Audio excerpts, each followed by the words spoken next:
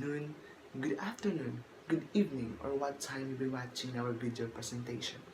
And to our gorgeous subject teacher, Ma'am Louise and Tapiz, Ma'am, good day. To start our video presentation, let me first introduce to you the Team IMSPEL. So, Team IMSPEL stands for Inhaled Mistakes, Savored Pleasure, and Exhaled Lessons. So, this Team IMSPEL composed of 4 second-year psych major students, and for the mastermind of the group, our group leader, Mr. Benidect Fernandez, and for the members, the 3 members, first is Miss Ardie Louise Villapaz, second is Miss Shania Kaye Verana, and lastly, yours truly, Jersan Amihan. So, for the background information, this research paper or this focus group discussion is entitled Yesterday, Today, and Tomorrow, Unveiling the Life Stories Inside the Rehab. This focus group discussion is all about unveiling the life story of the inmates inside the rehab. So we mainly focuses at 6 drug-related residents of WDO rehabilitation centers, in which supposedly they are the outgoing one, in which their cases is not life sentence, and lately they will be discharged to proceed to their future life. So this discussion, we want to know their experiences, thoughts, and perspectives in life before, during, and what are their future plans after they will be discharged in this rehabilitation center. So for the objectives of the study, we have 3 main objectives. So first, to know the pattern of experiences of the inmates before the rehab. Second, to explore the experiences of the inmates inside the rehabilitation center. And lastly, to understand the future plans and actions of the inmates after they discharge from the rehabilitation center. So, for the first objective, the researchers wanted to know the patterns that might lead someone to drugs. So we are interested to know their ways of living before. It includes the parental guidance, the relationship with their parents, their kind of peer group, and the influence that might possibly expose them to drugs. So we wanted to know how they were sent to the rehabilitation center. So for the second objectives, we would like to know the current situations inside the rehab. It includes their relationship with co-inmates, their environment. It includes their shelter and their beddings, and if they feel relaxed inside. And also we want to know the treatment staff. What are the treatment to them, the staff, the rehabilitation center, if they are treated well. And for the third objectives, we want to know what are the future plans, their future plans after they will be discharged, and how they will recover after this incident happened to them. Good day, ma'am. I'm Shania Verana, the second presenter of this group. I was assigned to discuss the purpose of the study, the significance of the study, and the limitation of the study. First, I'll be going to discuss the purpose of the study. The main purpose of this focus group discussion is to explore and gather informations about the life stories of the outgoing drug-related residents of Provincial Rehabilitation Center, wherein they willingly shared their experiences in every session. The researchers' objective is to know their life before the rehab, to know their condition inside the rehabilitation, and lastly, to know their future plans after they will be released. Moreover, this study will render informations that can be used in research field in the future. Next is I'm going to discuss the significance of the study. This study has a greater impact to the inmates. It will help them to realize the situation that they are in and how the situation affect their lives. To the parents who plays a significant role in their children's life, wherein they serves as a guidance in every decisions. To the researchers local, it will generate another knowledge that they can use to address this kind of situation. To the government, the result of this study will serve as the reference to make an action to control and lessen the drug users. To the youth, it will help them to remind the possible consequences if they engage to illegal drugs. And lastly, to the future researchers who are interested to conduct this kind of topic, they can use this as their basis. And now, we're down to discussing the scope and the limitation of this research.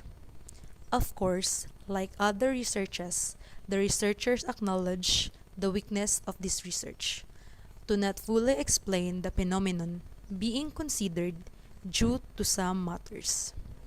First, the scope of this research limits only to 6 purposely chosen outgoing drug-related inmates of Davao de Oro Provincial Rehabilitation Center. Thus, the conclusion of this research might be limited to this sample. With this, the researchers admit the weakness of the research to attain the generalizability. Furthermore, the result of this FGD will limited to the recollection of the participants, which were prone to human error in terms of memory. For this research, the researchers were open for further validation and peer review in these focus group discussions by other researchers. Hello, Ma'am Tapiz. Good day. I am Ardie Villapaz, and on this part, I will be talking about the methodology. Okay. Presented in this part is the nature of our research, which includes the research design used, our research participants, the research locale from which the interview was conducted. Next is the data collection procedure, the data analysis, the trustworthiness of the research, and lastly is the ethical considerations. Okay, first is the research design used. We use qualitative research design, specifically phenomenological study, through focus group discussion. So, when you say qualitative research design, according to Tripoli 2014, this aims to get a better understanding through first-hand experience, truthful reports, and quotation of actual conversations. So, on our research, we aim to understand how our participants derive meaning from their surroundings, their experiences, and specifically how this meaning influence their behavior. Next is phenomenological study, which describes the meaning for several individuals in describing what all participants have in common as they experience a certain phenomenon. This research utilized the phenomenological qualitative research because this is an inquiry that aims at describing and clarifying human experience as it appears in people's lives. So, qualitative research design using phenomenological study through focus group discussion. We employed a common phenomenological qualitative research approach called focus group discussion. So, what is a focus group discussion? According to Tripoli, again, 2014, focus group discussion is a qualitative data collection method effective in keeping the participants lean the life experience and social norms that exist within the subgroup within the range of viewpoint of the study. So, our focus group discussion was intended to saturate the data collected to create a theme based on the data collected by us, the researchers. So, next is the research locale. So, the focus group discussion was conducted at the Provincial Rehabilitation Center located at Barangay Mankilam, Tagum City, Davao del Norte. This center was mainly operated by the Provincial Local Government Unit of Davao de Oro. And as of February 2020, the center has 573 inmates with different cases. So, just a short history. Why is it located at Davao del Norte, where in fact it was operated by Davao de Oro? Because before Compostela Valley, now Davao de Oro Province, was once a part of Davao del Norte Province. So, the inmates confined here are those with cases that are yet to be heard. The inmates are still waiting for their court cases to be heard. And when that time comes, they will be transferred to the BGMP located at Monte Vista, Davao de Oro. So, our interview had taken place at the center's receiving area itself. Okay. Next is the research participants. So, we purposely selected 6 sample size that best fit the criteria from which that person or that participant must be an outgoing drug-related inmate of the Provincial Rehabilitation Center. So, all of our participants are male because both male and female can't be in one setting since we will be having a focus group discussion. And since our criteria must be an outgoing drug-related inmate, there are only limited female drug-related inmates, so we just chose to have it all male. And we use purposive sampling because according to Creswell 2010, purposive sampling is widely used for the identification and selection of information-rich cases for the most effective use of limited resources, and involves also the identification and selection of group of individuals that are especially knowledgeable about a phenomenon of interest. Next is the research instrument used. So, we use a semi-structured interview wherein the researchers have a list of questions that must be addressed, and follow-up questions will be thrown whenever needs arise for further probing. So, a written interview guide was prepared to make sure that every answers or every questions are. Next is the procedures done on the entire duration of the focus group discussion and the entire duration of the composition of our paper. So, in a qualitative research, it's not necessary to collect data from everyone in the community. Only a sample was selected, and that is more than enough, and steps were followed in the data collection. So, first is the coordination and site visit. On our first site visit, we were able to meet the provincial warden, the ones in charge on the entire provincial rehabilitation center, and then we've asked him about the requirements needed, and he just told us to prepare a letter of intent, and so we do so. On the next meeting, we did that and we handed off to the staffs, and it was approved as per advice by the provincial warden. And after that, it was the staffs who helped us identify the 6 outgoing drug-related inmates. Next is we've told the staff about our first schedule, our first session, and we've set schedules, we've set dates, and on our first session with our participants is the building of rapport. So, on that session, an informed consent was handed off to the participants explaining the research, the purpose, the significance, and their rights as research participants. They were also given the chance to ask questions to us about the interview, and to assure them of the confidentiality, the participants were asked to give their own pseudonyms, and they were given assurance on the privacy of their stories. So, each focus group discussion lasted around 30 minutes to 1 hour session, and the venue was, as per said earlier, it was at the receivings area. So, it was an open area. We can't have it in a closed area because since we are on a jail, the participants must be visible on the eye of the guards, and for our protection to as the researchers. And then next is an interview guide was used, which focuses on the participants' experiences before they were sent in the rehabilitation center, their experiences inside the center, and so does their future plans of actions as they will be discharged.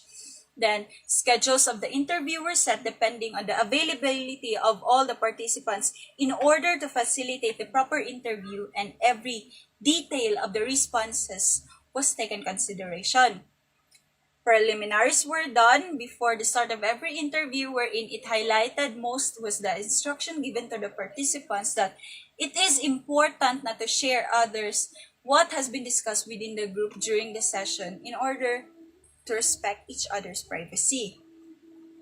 We ensure that the raw data gathered were tape recorded, noted down, and transcribed exactly based on the answers of the participants during the interview.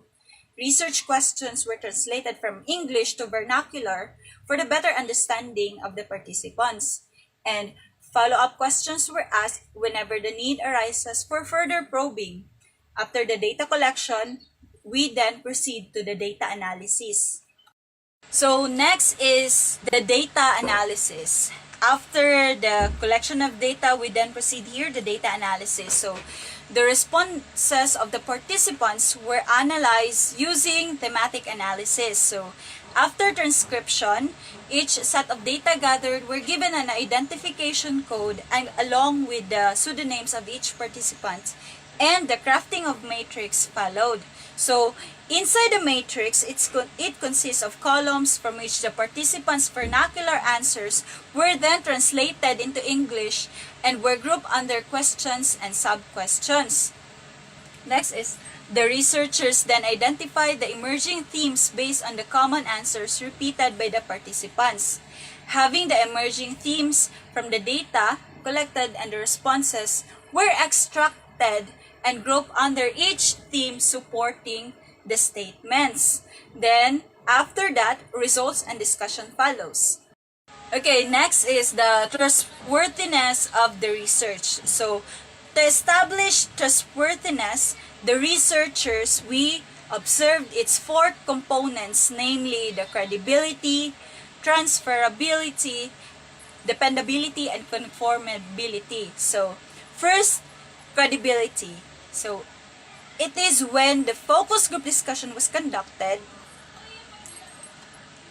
we really put into account all the responses of the participants and each data gathered were well considered. Then, transcriptions were checked and rechecked, as well as the importance and connection of the data that relates each other on their respective themes to really guarantee the quality of data analysis.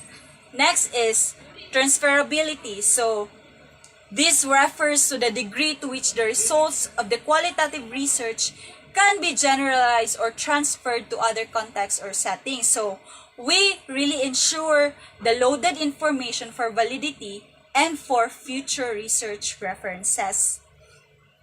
Next is dependability.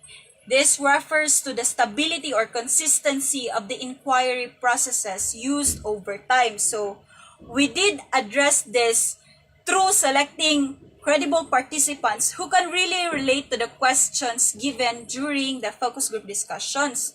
So, through recording materials such as phones, cameras, the researchers ensured the inclusion of essential information during the focus group discussion, and the stability of findings was observed based on the frequency of the participants' answers in each questions.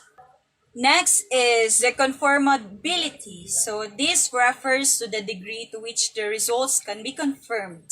So references to literature and findings by other authors that confirm the researchers' interpretations were used to strengthen the conformability of this research. So on the other hand, we avoid biases from their own perspective, from our own perspective, wherein the usage of the indicated responses was incorporated to really ensure objectivity rather.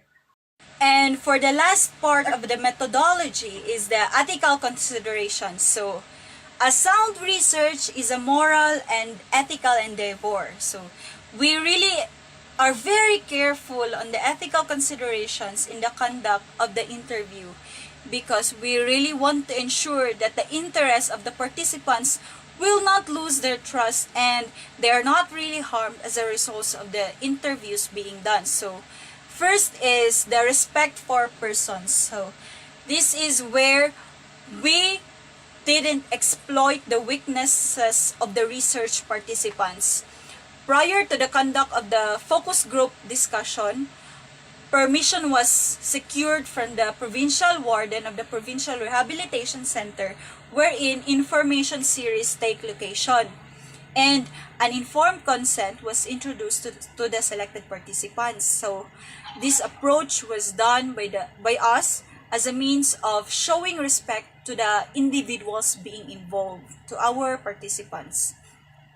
Next is the informed consent. Providing this is very timely and appropriate for participant information because this is a crucial step in any research. Before the conduct of the interview, an informed consent was presented to our participants. The consent was translated into a dialect that everyone can understand, everyone can relate, to really provide guarantee that all of them really understand the content of the informed consent. It contains the purpose, the expected durations, the procedures that will be done, their rights as a research participants, and the means of documentation that will be used, such as the audio recording, note taking, and picture taking. The entire content of the consent was thoroughly discussed by us, the researchers. So they are given also the time to ask, to clarify, or whatever it is, to really make sure that they really understand the content. Next is, as a confirmation to participate in the focus discussion, the participants affix their signatures, recognizing that it really happens. They really participate because it is due to their willingness to collaboratively work with us, the researchers. Next is beneficence. So this calls for a commitment to, in order minimize the risk, the anonymity of the participants when it comes to facts shared is highly conserved and maximize the advantages that are due to them. So participants are protected at all times, guaranteed that every raw data files are kept safely, and even those photo documentations, their face were blurred, or most of the time the camera angle is behind them so that their face won't be revealed. So next is the confidentiality. So for the reason of confidentiality, pseudonyms were used, may it be through verbal or written means, guaranteed that no trace of personal information will be linked to any data. So raw informations shared by our participants were kept private by not placing it in areas that are easily accessible to other unauthorized, to make sure that every gathered data is secured. Next is justice. The researchers, we really fairly compensate the time and knowledge shared by our participants through giving credits and acknowledging that their contribution really played a big part on the success of the research. So wherever it is, they are given due credits. Because if not because of them, this won't be possible. We won't be able to gather the data that we need. So foods were given to them as a sign of gratitude to the efforts that they have exerted all throughout the duration of the focus group discussion. So we have only given them foods because that is the only one allowed inside the cell. And that's it. That's all for the methodology part. Thank you, and we'll proceed to the results and discussions will be discussed by Keith Benedict Fernandez. I am Keith Benedict P. Fernandez, and I will present to you the results and a discussion of our focus group discussion entitled Yesterday, Today, and Tomorrow, Unveiling the Life Stories Inside the Rehab. And our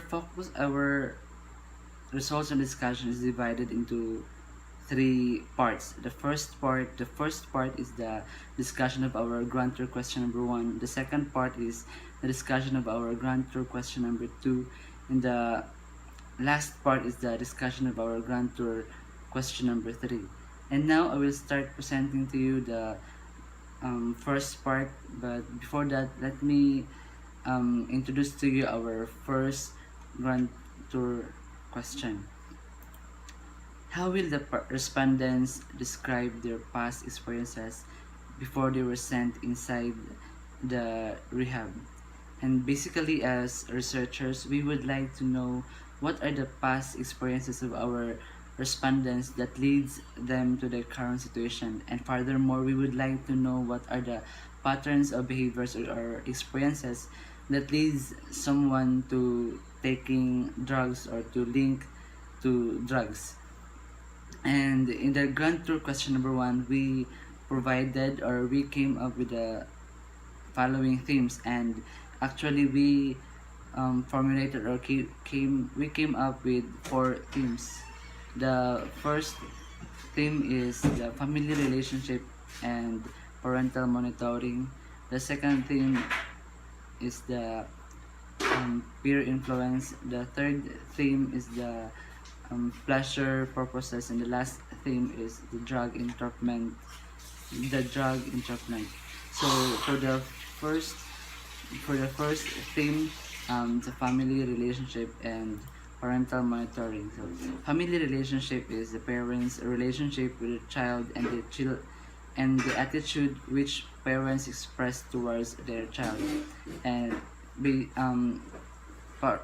family relationship is the relationship between the child and his or her mother, her father, her siblings, or his or her relative, and the attitudes that these people express towards them.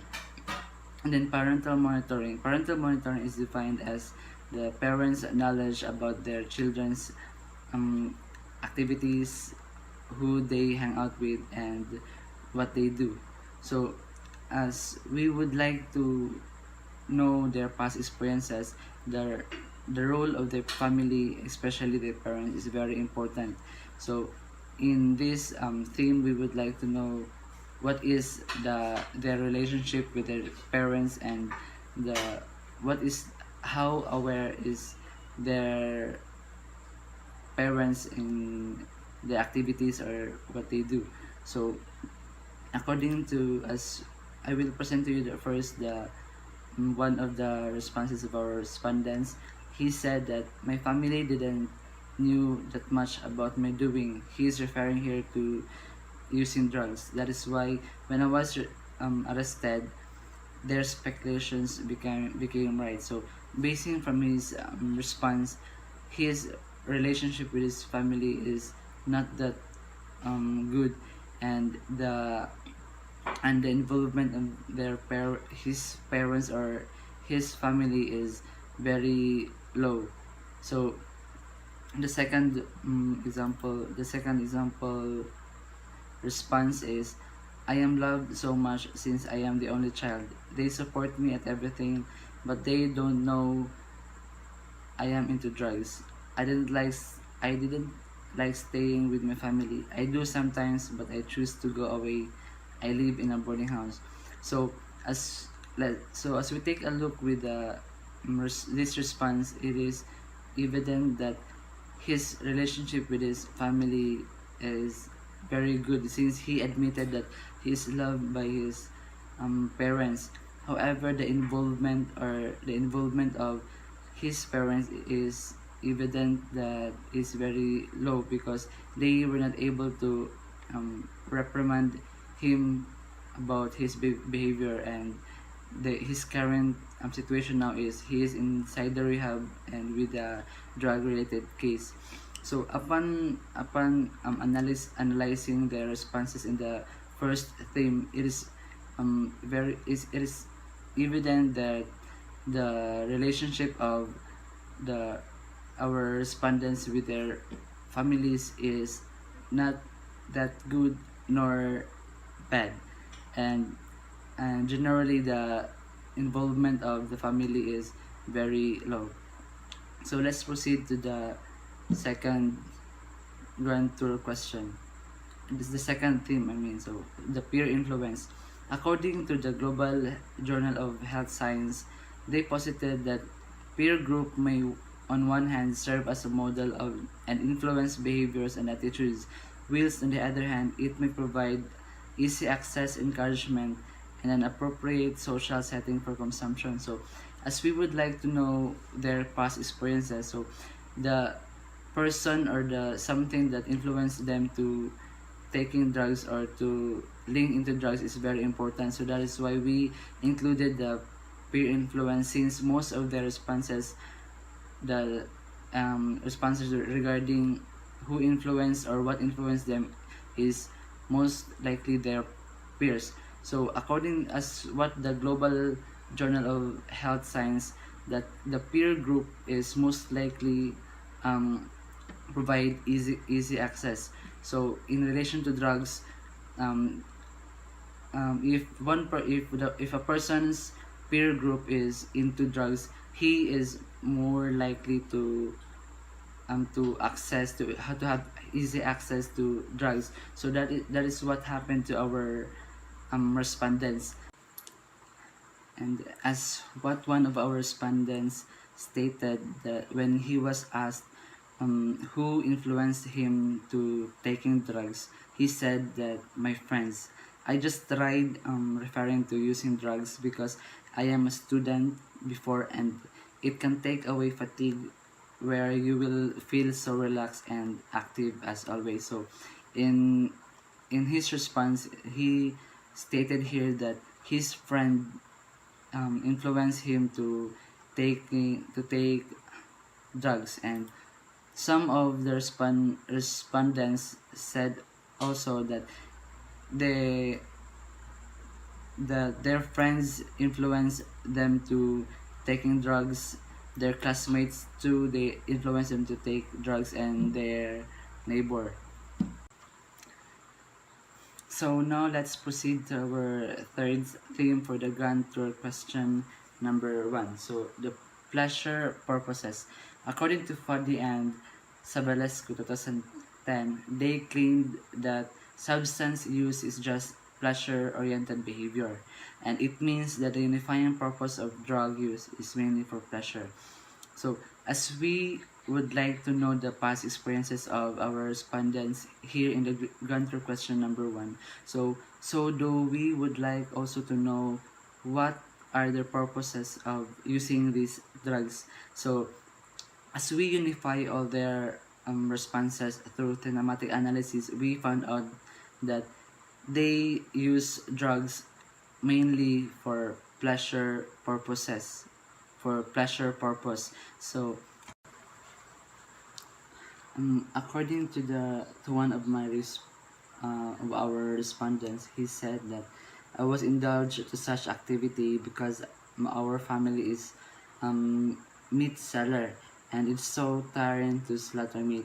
That is why I am pairing it with referring to drugs to boost my energy, and I will no longer feel sleepy. So basing from his response, so he said that to boost his energy, so he would like to experience pleasure even though that he is already tired. So now let's proceed to our last theme for the grand tour question number 1, the drug entrapment. So according to Justia 2018, presented that entrapment occurs when law enforcement officers urge, harass, or otherwise overly encourage an individual to commit a crime when he or she would not otherwise do so. So entrapment may result from use of threat, intimidation, extended fraud, or any other means where the defendant was essentially forced to commit a crime. So question is why we include drug entrapment um, in our theme. So we include drug entrapment as our theme because we would like to know the transition from um, his past life into to his current life situation to, as of this time. So we can only see the transition through how they were sent inside the rehab. So as we unify all of their responses and through thematic analysis, we came up with the theme that they were sent inside the rehab through drug entrapment. And one of our respondents stated that my friends before is a drug addict. Number one traitor. He betrayed me and put me in danger. He accused me of being a dealer where in fact I am just a user. So according to him, he was trapped by his friend who is really a drug addict, and as he said that he was trapped because he was wrongly accused that by that friends. And some of our respondents also, they said that they were also entrapped by way of um, they were their friends betrayed them through betrayal, that one of their friends betrayed them to and go to the police and told everything that he is using drugs. And also they mentioned that it is just all of these some of the entrapment are just made up in order to um heighten the rank of a certain police. So that is the last theme for the grand tour question number 1, and let us proceed now to the part 2, which is the grand tour question number 2 discussion. So now let's proceed to the second part of our results and discussion. It is the part 2, the discussion of our grand tour question number 2. How will you describe your life inside the rehabilitation center? So in this part, we would like to know their condition inside the rehabilitation center, their way of living, their shelter, their the staff, the relationship with their colleagues, the foods, and everything inside. We would like to know everything inside the rehabilitation. And we also wanted to know what are their initial experiences by the time they were sent inside the rehabilitation center. And we would like to know what are their coping mechanism mechanism that they use in order to cope up with this new environment, and in order to cope up with their incoming challenges. So just like the grand tour question number 1, in the grand tour question number 2, we also came up with a themes, but this time there are only 3 themes that we came up. The first is the initial experiences of incarceration. The second is the condition of admission. The third is the coping mechanism. So the first thing, initial experiences of incarceration. Jones and Schmid conducted an ethnographic study of first-time inmates and found out that that on entry to prison, the prisoners experienced heightened feeling of fear and concerns of violence. In relation to a rehabilitation, newcomers or first timer inmates in a rehabilitation will at the same time have a heightened feeling of fear, concerns, and violence. So that is why we would like to know what are these intense or heightened heightened feelings of our respondents. So according to one of the responses of our respondents, he said that it's really frightening inside, especially when you are new. That's why you can't refrain from thinking of any bad ideas. Our neighbor our neighbor who was detained here told me everything inside here before I was detained. It's hard to mingle with with people, but at least you know them. So through his response, he showed us that upon his entry to the rehabilitation center, he really feel heightened, or he was really frightened, even though he already have an idea of what it is look like inside the rehabilitation, since his neighbor who also was detained there told him everything. And not only him who experienced that way, but almost all of the respondents experienced a frightening feeling or heightened feeling of fear inside the rehabilitation. So let's proceed to the second theme for Grand Tour question number 2, the condition of admission. So condition of admission is that prisons and rehabilitation units are complex and powerful environment that can have a strong influence on the persons confined within them. So the complexity of the rehabilitation center's environment ranges from the facility, the staff, the shelter, and the necessity. And as what I have said earlier in the earlier of this introduction of the part 2, is that we would like to know their conditions inside the rehabilitation center. And one of the respondents said that, have you seen a squatter area?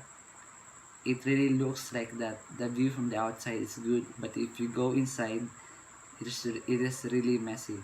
So if we will only visualize what a squatter area is, we could immediately say, or we could immediately conclude what is their condition inside. Though they said that their condition is inside is okay, but the facility wise, it is not okay. So now let us proceed to the last theme for the Grand Tour question number 2, the coping mechanism. So it is very important to know how our inmates or how our respondents cope up with the new environment inside the rehabilitation center, and what are their strategies in coping the future problems that will arise inside the rehabilitation center. So commonly the common response of our respondents is that they use a social seeking support coping mechanism, because most of them said that their companions are a really great help for them in coping or in adapting the environment. As one of the respondents said, that my companions are really a big help, because you have someone who can talk to you. So what their way of coping their problem or their experiences or their problems inside the rehabilitation center is to talk it or to tell it to anyone of their companion. And but not there's but social seeking support coping mechanism is not the only coping mechanism that is used by our respondents. Some of them also use a positive reappraisal, in which they will just spray they will just spray. And then some of them is accepting responsibility coping mechanism, because they will just accept the fact that they have something to pay. And finally, let's proceed to the last part of our results and discussion. And before we will start, I will read to you first the grand tour question number 3. So, what are the future plans of actions of the drug-related inmates after they were being discharged in the rehabilitation center? So, in this part or in this portion of our FGD, we would like to know what are the future plans of our inmates after they were um, after they will be discharged in this rehabilitation center. We would like to know how they see themselves after they are discharged. We would like to know what are their plans, how will they spend the rest of their lives after the rehabilitation center. So in the grand tour question number 3, we came up with the following themes, and we have 2 themes for this grand tour question. So the first is drug inhibition, the second is the building constructive relationship. So first, drug inhibition. According to Medline Plus 2018, they documented that the overall goal of rehabilitation is to help someone to get abilities back and regain independence. But specific goals are different for each person. In relation to drug-related cases, so the specific goal of rehabilitations for them is to help them regain their abilities and neutralize themselves, and more specifically to inhibit drugs or to reduce the use of drugs or eradicate drugs. So as we through the careful analysis of the responses from our respondents, it is evident from them that they wanted or they really want or they really plan to inhibit the use of drugs and to regain or reconcile themselves. So as one of our respondents said, that the only thing that will change is I will never engage to drugs, never again. So basing from his response, it is really evident that he wanted to reconcile, or really wanted to inhibit or to stop the use of drugs, because as he said, I will never go back because that's the reason why I am here. I will no longer come back in this place ever again because I know how bad it is to be here with no freedom. So it is evident that there is the role of the rehabilitation center in his response, that he will never come back in the rehabilitation again because it is the drug that caused him to be there and to cut off or to cut short his freedom. So and one of our respondents also is very honest enough that he said that I cannot promise that I cannot come back since temptation is everywhere outside. However, I will really prove that I can do it. He is referring to inhibiting the drugs because I can. So in his response, it is evident that he recognized the temptation that the world can bring him, that the world has many things to offer, and one of them is the use of drugs. So he cannot assure that he will really stop through his power not to use drugs again, but there is still hope that he will try his best to eradicate or to inhibit the use of drugs. So let's proceed to the last and the second and the last theme for the grand tour question number 3. It is the building constructive relationship.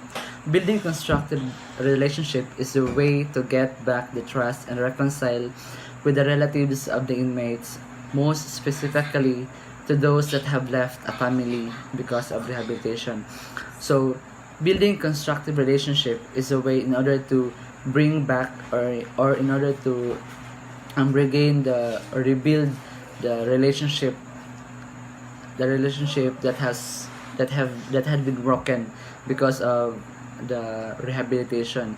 And since it belongs to the grant through question number 3, it is part of their plans that they plan to regain or rebuild their relationship of their relationship with their family that had been broken because of the rehabilitation. So